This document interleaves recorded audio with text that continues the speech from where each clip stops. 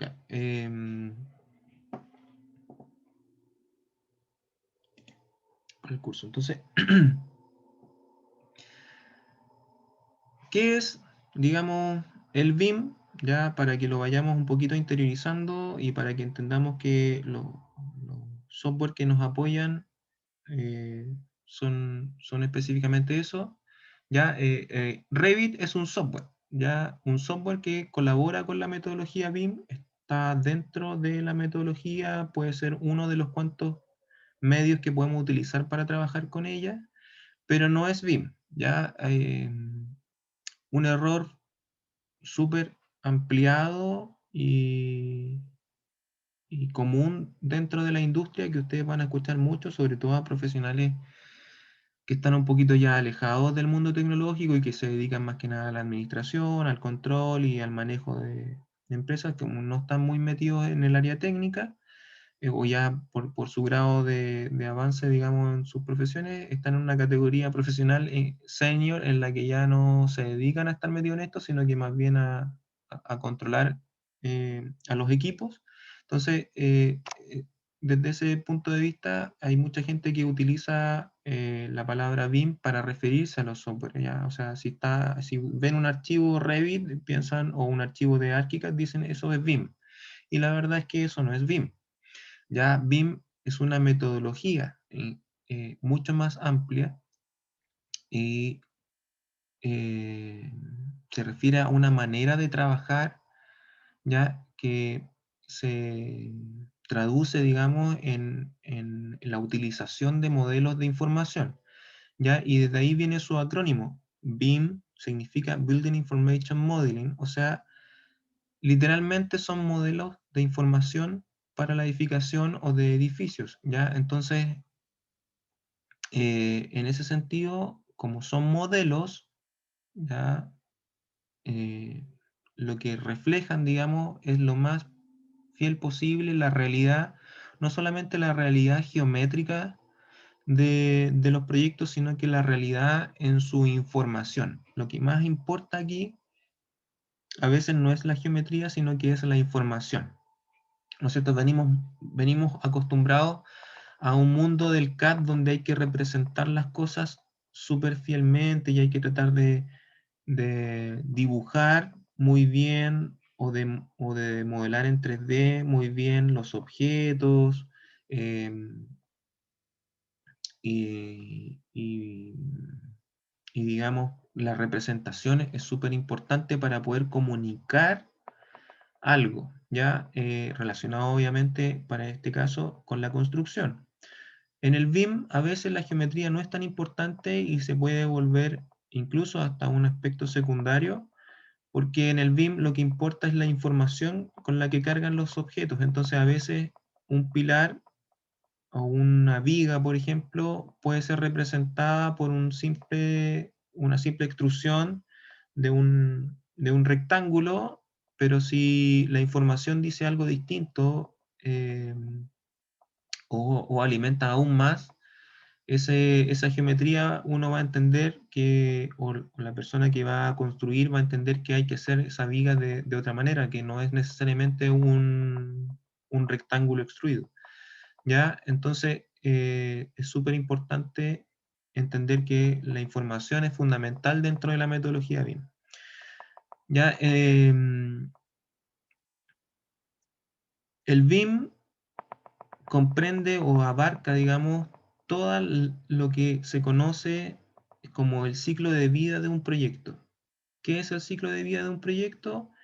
Es por todo lo que pasa un proyecto antes y después de ser construido, habitado y usado, ¿ya? Entonces comprende desde que a una persona se le ocurre un proyecto, lo quiere financiar, lo encarga a una oficina de diseño, eh, esos diseñadores comparten la información con profesionales de todas las áreas, después se planifica, después se cuantifica, después se construye, después se fabrican algunas cosas, no solamente construcción in situ, sino que hay prefabricación digital, etcétera.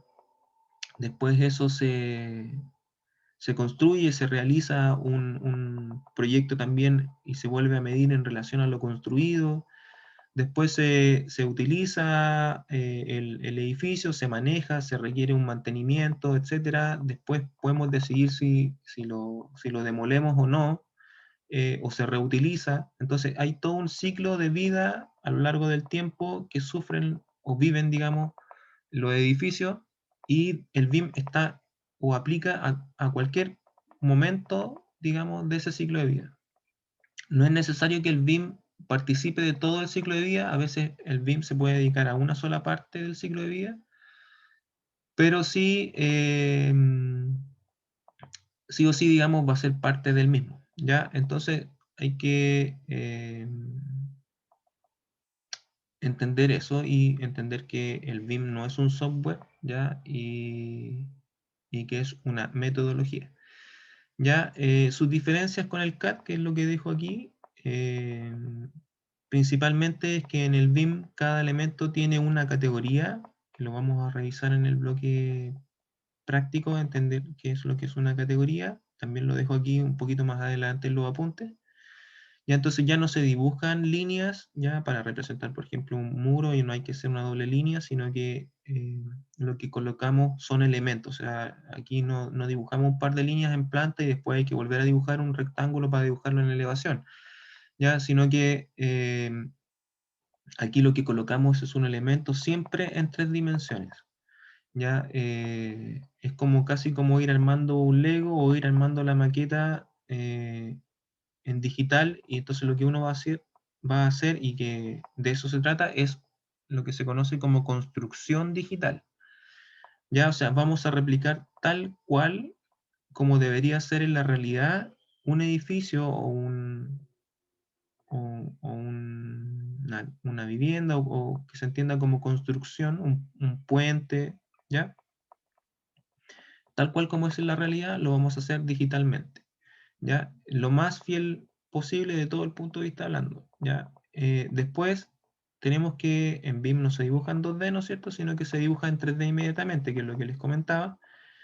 Y lo que hacemos al hacer eso es alimentar un modelo. O sea, vamos a tener una maqueta 3D que de aquí en adelante, ¿no es cierto?, va a ser el modelo, ¿ya? Y esa maqueta 3D se va a visualizar en lo que se conoce como vistas, ¿ya? Aquí en los software BIM eh, no se altera, digamos, el modelo al visualizarlo en las vistas, simplemente lo miramos de una determinada manera. Me explico con esa imagen que está atrás, ¿ya? Por ejemplo, si tenemos un edificio y queremos realizar una vista explotada de nuestro proyecto, para, por ejemplo, mostrarla en una lámina, ya, por ejemplo, si tuviéramos este modelo en SketchUp, lo que tendríamos que hacer en SketchUp es copiarlo, por ejemplo, y explotar uno, o el mismo que teníamos, mover, ¿no es cierto?, los elementos y desplazarlos. Lo que estamos haciendo ahí en SketchUp es desarmando el modelo. Ya el modelo cambia su estructura, digamos, de funcionamiento, y deja de ser esto que estaba armadito, ¿no es cierto? Y se vuelve en algo que está descompuesto. ¿Ya? En los software BIM nosotros podemos descomponer el proyecto, pero sin alterar el modelo, sino que solamente en una de las vistas, ¿ya? En una manera de mirar el modelo lo estamos descomponiendo, pero no necesariamente lo estamos alterando. Ya eso lo vamos a ver en el bloque práctico, cómo funciona. A veces es un poquito enredado de entender, porque uno puede tener cuantas vistas quiera del modelo, ¿ya? Y como el software propone un cierto listado de vistas, a veces uno, cuando está aprendiendo, se enreda con esas vistas y piensa que esas vistas son nuestros planos definitivos, ¿ya? Y no necesariamente es así, ¿ya?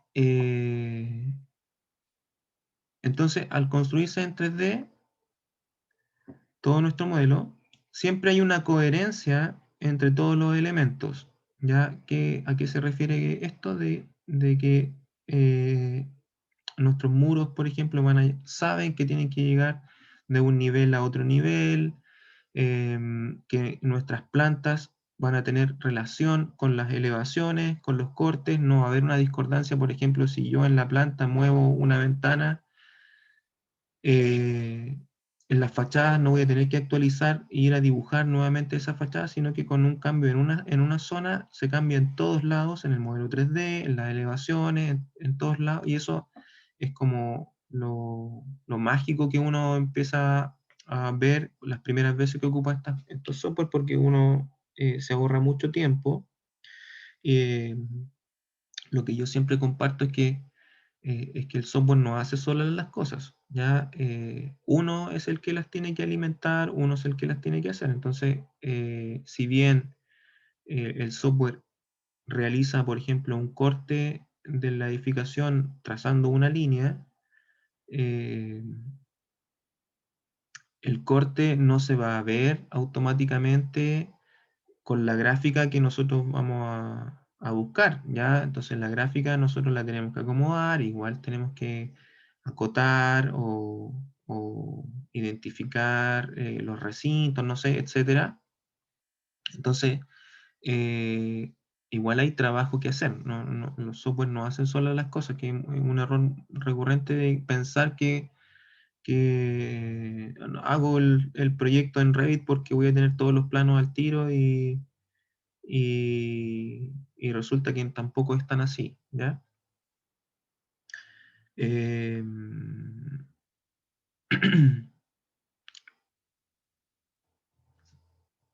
bueno, lo que está aquí abajito, que tiene relación con el ciclo de vida, es algo que también vamos a estar hablando a lo largo del curso, que son las dimensiones, lo que se conoce como las dimensiones del BIM.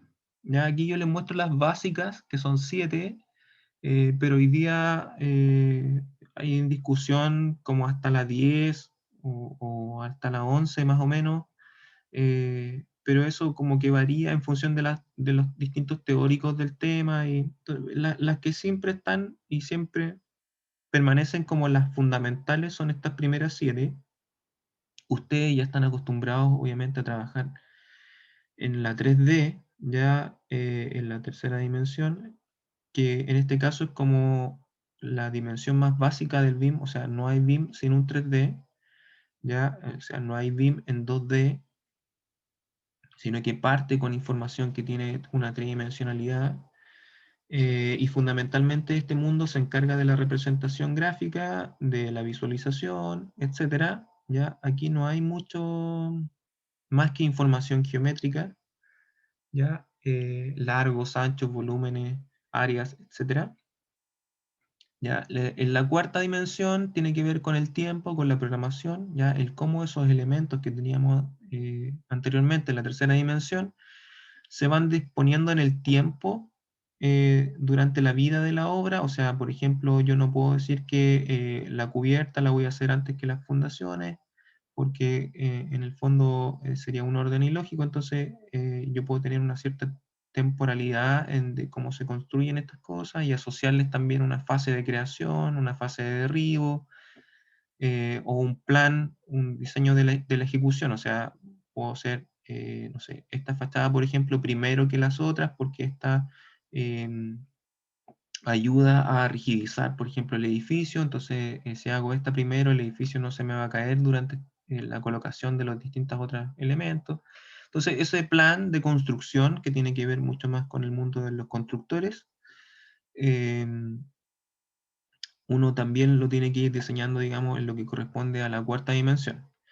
La quinta dimensión son los costos, ya todo lo que esté asociado a la cuantificación de los elementos que están aquí, a la valorización de los elementos que se van a utilizar durante el proceso de construcción, por lo menos en un rango general, ya, eh, va a depender, digamos, del grado de descomposición que nosotros logremos del proyecto también.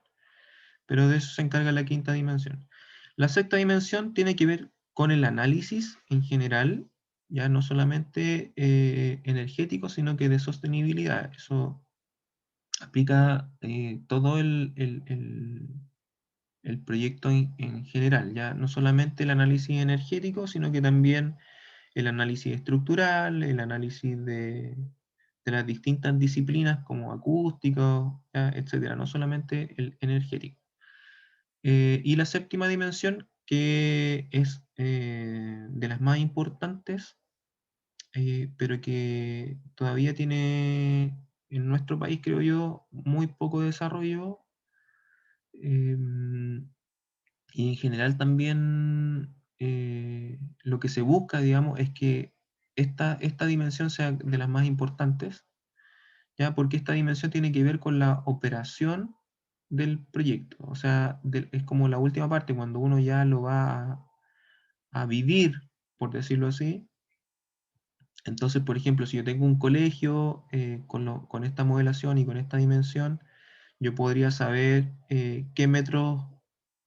cuántos metros cuadrados tengo que pintar, por ejemplo, todos los años, cuando le hago mantenimiento, si tengo que renovar, por ejemplo, las luces, qué tipos de luces son, porque el modelo me va a decir qué tipos de luces son, para cada recinto, para los pasillos, etcétera, por dónde pasan las líneas de instalaciones para yo no poder excavar o atravesar en algún punto, y así, etcétera, ya relacionado, digamos, con la vida del edificio. Ya, de eso se encarga esa séptima dimensión. Después hay, por ejemplo, otras dimensiones como la seguridad, eh, y otras más que han ido incorporando. Ahora último están también metiendo todo lo que es la realidad aumentada y la realidad virtual, etc. Ya, en esto voy a compartirlo con un poquito de imágenes. No sé si se logren ver muy bien, pero vamos a hacer un intento. Ya, es una pequeña línea temporal.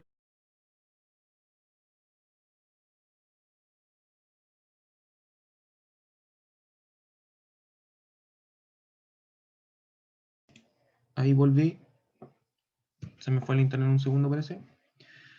Les decía que esta es una pequeña línea temporal, ya que para que se entienda un poquito voy a mostrarlo con imágenes porque se vuelve un poquito más intuitiva. Ya, el invento fundamental en la historia, digamos, más que de la computación, sino que del diseño y lo relacionado con cómo comunicarse, digamos, con una máquina, sobre todo para la disciplina que nosotros realizamos, que tiene que ver con diseñar algo que parte de nuestra imaginación y se lo tenemos que comunicar a un computador, y a medida que vamos avanzando dentro de un proceso creativo, vamos aceptando ciertas cosas que nosotros mismos vamos visualizando. En los computadores es la invención del mouse, ya inventado en los años 60.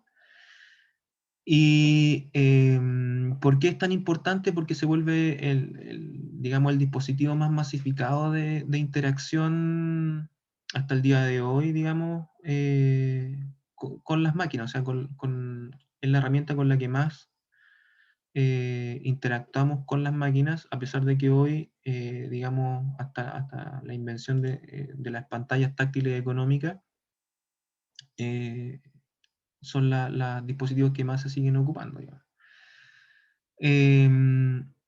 ¿Y por qué es tan importante la interacción con las máquinas? Porque en el fondo es como nosotros comunicamos nuestra idea. Entonces, vamos a ver que hoy en día hay muchas otras dispositivos que intentan lo mismo, que es comunicarse con las máquinas y traspasar el conocimiento de la mejor y más rápida manera posible, ya como los distintos dispositivos interactivos que son ahora inalámbricos, los lentes de visualización, eh, y así, etcétera, las pantallas de dibujo, etcétera, ¿ya?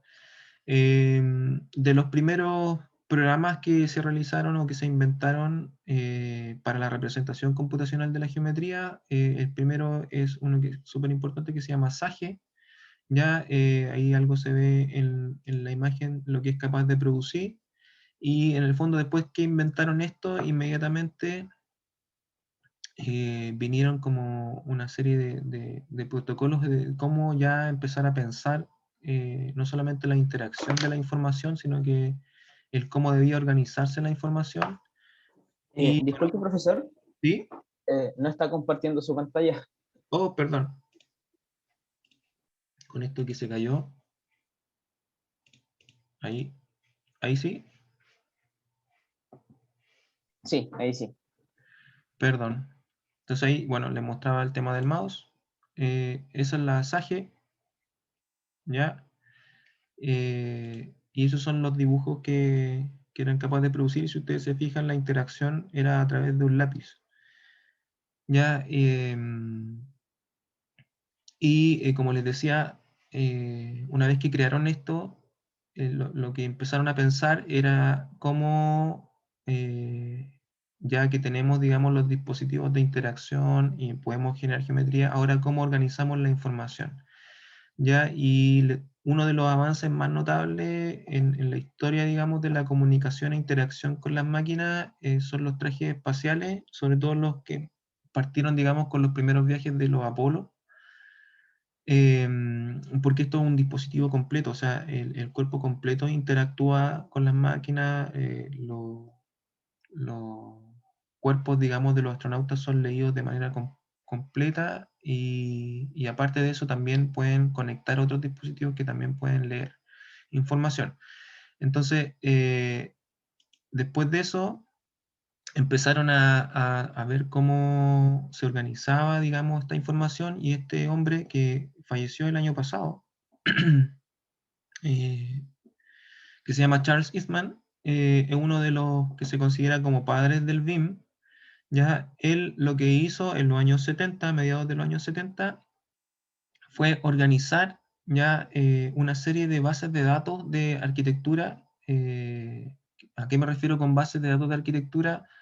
Que, bueno, los sistemas norteamericanos son súper organizados y ellos tienen como listados de elementos. Por ejemplo, ya, una puerta. ¿Qué es lo que tiene una puerta? Tiene, bueno, el marco, tiene las bisagras, tiene tornillos, tiene una chapa, ¿no es cierto? Una quincallería, tiene un montón de piezas, ¿no es cierto? Molduras, etcétera. Entonces, todas esas cosas las fueron listando, muros, pilares, ferraduras, vigas, etcétera, etcétera, etcétera. Y eso lo transformaron como en las primeras bases de datos que podían leer ciertos software y podían organizar. O sea, ya el dibujo le daban una propiedad mayor y ya no solamente eran líneas, sino que le podían decir al computador que esas líneas, que esa geometría eran un elemento. Ya, o sea, ya no es un rectángulo extruido, ya, sino que es un pilar. Y al establecer eso, él mismo, en los años 70, estableció lo que ha permanecido casi intacto, o sea, han tenido pequeñas variaciones, que son las primeras 5 dimensiones del BIM. Lo que yo les mostré hace un ratito, las primeras 5, él las estableció en los años 70. ¿Ya? Estamos pensando de que la popularización del BIM empezó en los años 90 de manera internacional y en los años ya 2000 de manera internacional. Y recién ahora, hace poco, en 2016, 2018, se empezaron a generar los primeros estándares internacionales relacionados con el BIM. Entonces, eh, hay que tomarle como el peso, digamos, al tiempo que se lleva trabajando esto y a la hora, digamos, de esta persona. Ya, bueno, después de eso empezaron a aparecer los primeros programas que intentaban trabajar con esa organización. Ya, de los primeros que trabajaron con esto fue un programa que se llamaba Radar CH, ya que es básicamente el padre o el prototipo de lo que fue ArchiCAD. ¿Ya? ArchiCAD se conoce como el primer software dedicado a la arquitectura con BIM. ¿Ya?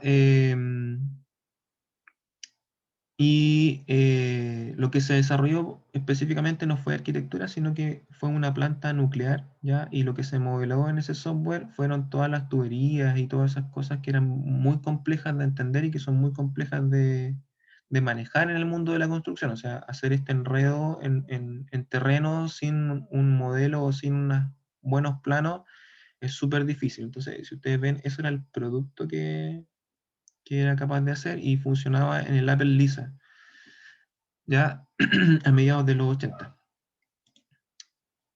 Otro software que apareció después, ya que voy a cambiar aquí mi línea de tiempo, fue ProEngineer, ya, y este fue un avance como súper notable. Bueno, esta es la imagen de lo que era capaz de producir, eso era como el software.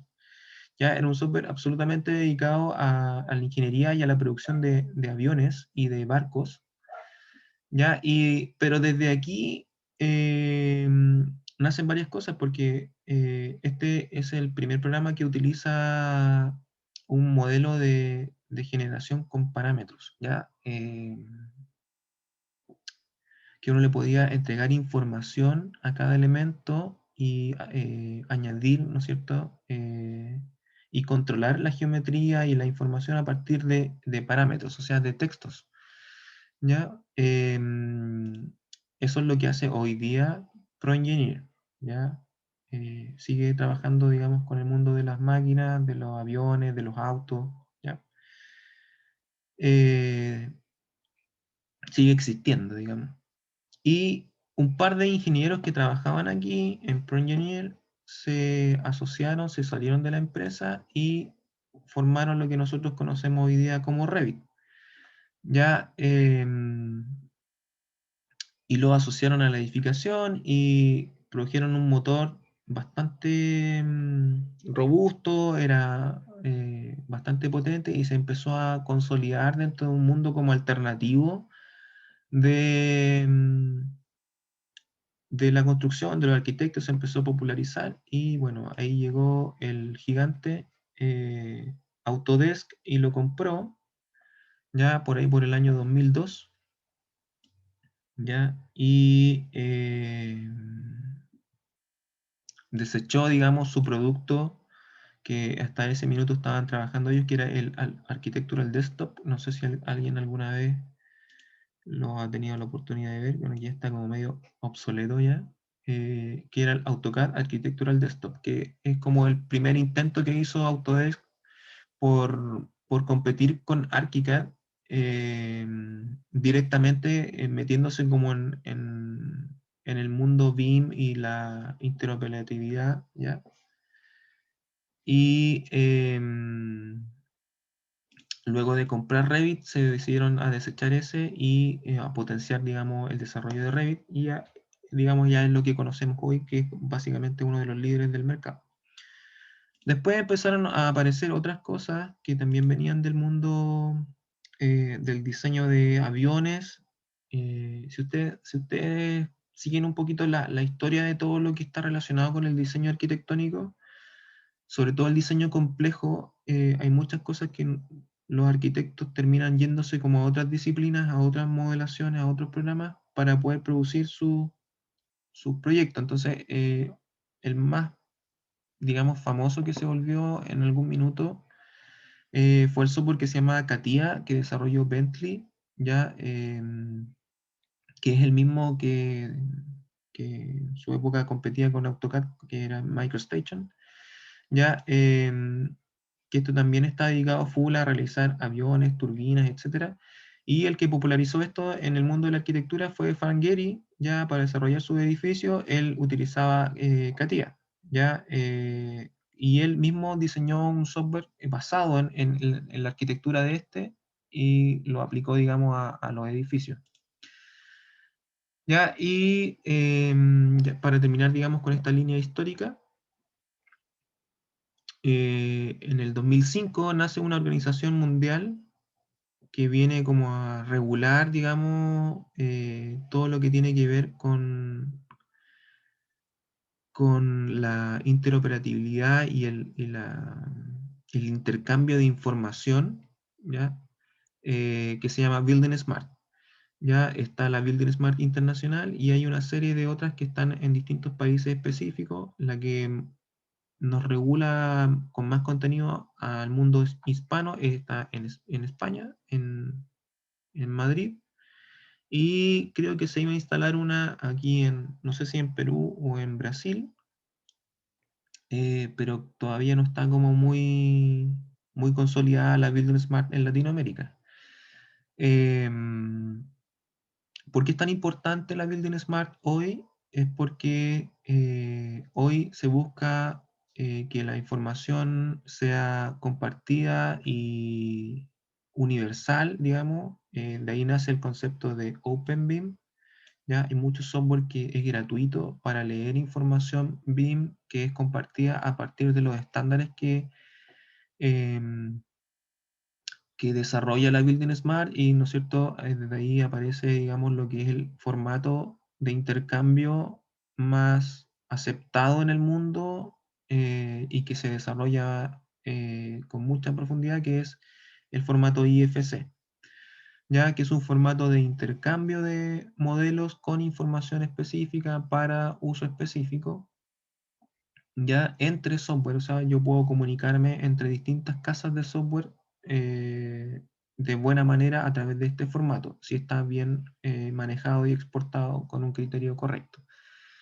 Ya, y eso es como lo más relevante, digamos, y que van a escuchar mucho en estos tiempos. Ya, hoy día, 2021, es lo que está en boga, digamos, es todo el mundo del IFC, los estándares. El estándar nacional en Chile existe el 2018 y 2020 ya estamos aplicando. em, el 2019 se lanzó la norma internacional, ya la ISO 19650, que tiene 5 partes y vamos en la segunda, y este año me parece que se lanza la tercera. Ya, y eso ya empieza a regir, ¿no es cierto?, los protocolos a nivel internacional de cómo nosotros debemos comportarnos dentro de la metodología BIM. Entonces, aquí es donde ya se empieza a poner como un poquito más denso el asunto, porque no solamente hay que modelar, ¿no es cierto? Ya no es solamente hacer mi maqueta en 3D, sino que lo que importa aquí es cómo yo voy traspasando la información y cuáles son los criterios en que nos comunicamos. ¿Ya? Entonces es súper importante que aprendamos esta parte, ¿ya? Porque lo que interesa es que nos entendamos entre todos. O sea, si yo no les digo pilares a los pilares y les digo, no sé, postes o de cualquier tipo de nombre y se lo paso al ingeniero, el ingeniero no va a entender qué son esas cosas. Entonces, pero sí, si hay un criterio común que lo regula, digamos, la Building Smart y el formato IFC, en que nosotros le nombramos los elementos como tienen que llamarse o alimentamos de información como nos dicen esos estándares, el lenguaje va a ser el mismo. Y ese es el objetivo principal de esto. Ya, vamos a dejar hasta aquí el punto teórico y vamos a descansar. Vamos a volver a las 9:45 con el bloque ya práctico a revisar, ¿no es cierto?, el punto de la instalación del Revit, si alguien tiene alguna duda, y a revisar un poquito la interfaz, ¿ya? Y a conversar un poco de esa parte, ¿ya? Nos vemos en un ratito.